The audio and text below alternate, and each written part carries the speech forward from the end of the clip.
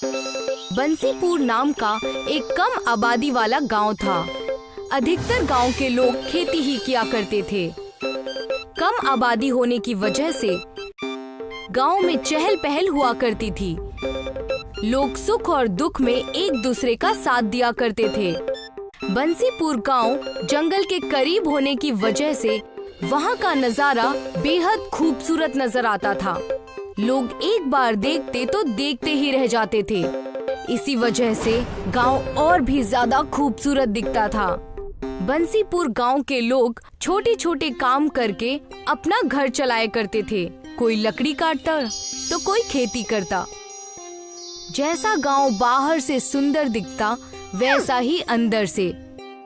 एक बार एक बड़े शहर के व्यापारी की नजर उस गांव पर पड़ी जो वहां घूमने गया हुआ था। क्यों भाई, क्या हाल है? मैं शहर से आया हूँ। आपका बंसीपुर गांव तो कमाल का है। यहाँ आते ही मेरी आंखों ने इतने प्यारे नजारे देखे कि मेरा यहीं बस जाने का मन कर रहा है। हाँ, इस गांव और इस जंगल और यहाँ के नजारों की बात ही कुछ और है। और अब तो कई लोग बाहर से घूमने भी आते हैं। सब यहाँ का नजारा और यहाँ के खाने का बहुत ही जायका लेते हैं। ये तो बहुत ही अच्छी बात है। मैं यहाँ पर एक धंधा खोलने की सोच रहा हूँ। यहाँ के नज़ारे बाहर से आए हुए लोगों को बहुत पसंद आते हैं। जी, ये बात तो है। अगर आप भी यहाँ ठहरना चाहो तो ठहर सकते हो। बस इसके लिए आपको कुछ जमीनें खरीदनी पड़ेंगी।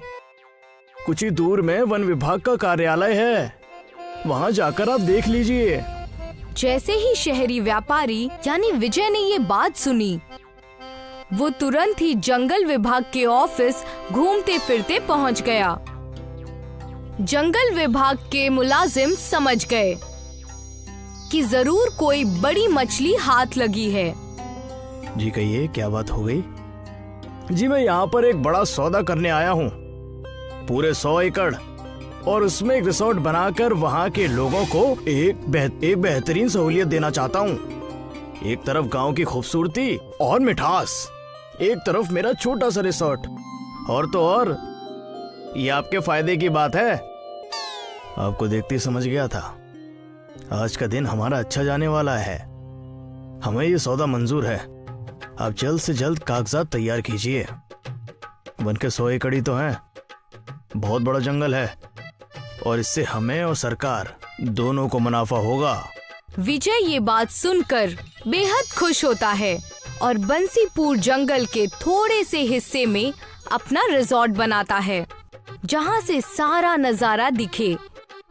रिजॉर्ट के होने से लोग दूर दूर से वहाँ अपने परिवार के साथ वहाँ का माहौल खूब एंजॉय करते हैं। लोग अपने पूरे खानदान के साथ घूमने आते हैं। कपल्स हनीमून के लिए आया करते थे।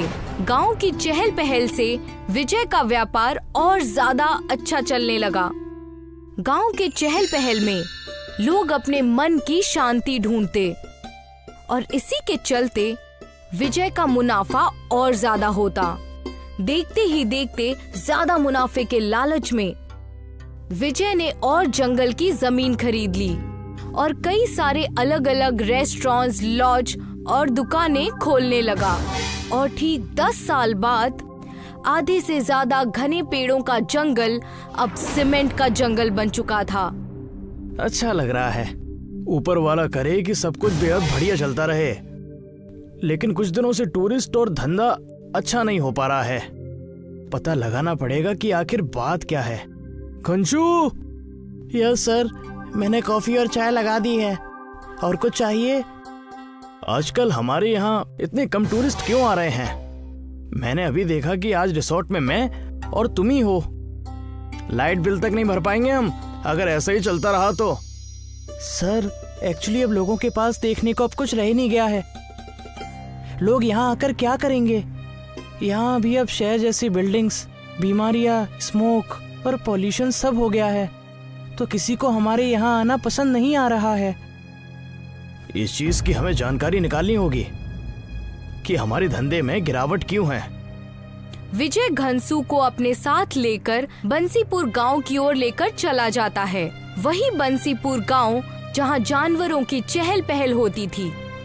वो गांव कच्चे घरों से बना हुआ करता था। वही बंसीपुर जंगल जो पेड़ों, पहाड़ों, नदियों और झरनों से इतना खूबसूरत दिखता था, और अब उस जंगल को पत्थरों और सीमेंट ने छाप लिया था। कैसे है मालिक आप तो पूरे बदल गए, लेकिन टाट बाट तो पहले जैसे ही हैं। मैं बहुत अच्छा हूँ भोला, लेकिन इस गांव के सारे घर और लोग कहाँ पर गुम हो गए हैं, कोई नजर नहीं आ रहा है। क्या बताऊँ मालिक मैं, वो कहते हैं कि सड़क अब आई है हमारे गांव में, जब सारे लोग शहर जा चुके हैं। अब यहाँ आकर कोई क्या करेगा? यहाँ सांस लेना मतलब अपने फेफड़ों को बीमारी का न्योता देना है। हर जगह बीमारियां फैल रही हैं। ये बहुत बड़ी समस्या है, और इस चीज के पीछे ऐसा लग रहा है कहीं ना कहीं मेरी गलती है। सालों पहले इस गांव और जंगल को मैंने सीमेंट का जंगल बना दिया। सर, इसी वजह से तो लोग पहले जंगल जाकर सफारी पर जानवरों को देखा करते थे। इसी में हमारे ही कई प्रोजेक्ट में हमने उन जानवरों को जू में भेज दिया। यहाँ तो अब जंगल बचा ही नहीं है, सब सीमेंट का जंगल बन चुका है। और अगर ऐसा ही चलता रहा, कुदरत बचेगी नहीं, और इसी वजह से हमारा व्यापार भी नहीं चल रहा। हमने कुदरत के साथ बहुत बड़ी गलती की है। इस चीज को हमें जल्द से जल्द सुधारना होगा। तब विजय अपने सारे मुलाजिमों को बुलाकर कहता है, मैं जो अब कहने जा रहा हूँ उसे आप लोग ध्यान से सुनना। अब से हम हमेशा अपने साथ बीज यानी कि सीड्स लेकर चलेंगे। अगर कहीं कोई एक पेड़ कटेगा तो हम उसकी जगह 20 पेड़ लगाएंगे, या उससे ज्यादा ही। यस सर, आपने बिल्कुल सही कहा, और इससे हमारी कुदरत और भी अच्छी हो जाएगी। अब से हम हर रोज दरख्त लगाएंगे। सारे ही लोग जगह जगह पौधे लगाने लगते हैं। बंसीपुर के जंगल और गांव को पहले जैसे बनाने की कोशिश करते हैं। देखते ही देखते उनके प्रण ने ये कर दिखाया, और सीमेंट का जंगल अब बदलने लगा। छोटे छोटे पौधे अब बड़े बड़े दरख्त बनने लगे, कोई आम का तो कोई नीम का। कुछ साल बीत चुके थे। मालिक, मैंने आपसे कहा था कि अगर हम कुदरत की देखभाल करेंगे तो कुदरत हमारी भी देखभाल करेगी। मैं हर चीज हमेशा व्यापार समझता था। मुझे आज समझ में आ रहा है कि धंधा और प्रकृति दोनों को बचाया जा सकता है। मैं कितना गलत था। अब जब भी कहीं एक दरख्त कटता है तो मैं 100 लगाने की जिम्मेदारी खुद लेता हूँ। मैंने ये सीखा है, अगर ऐसी सोच सबकी हो जाए तो हर जगह सबका भला हो, बीमारियां कम हो, लोग तंदुरुस्त रहने लगेंगे, सब कुछ अच्छा होगा। इसी तरह विजय ने धंधे और कुदरत का ख्याल बहुत अच्छे से रखा। सीमेंट का जंगल फिर से घने पेड़ों के जंगल में तब्दील हो गया था।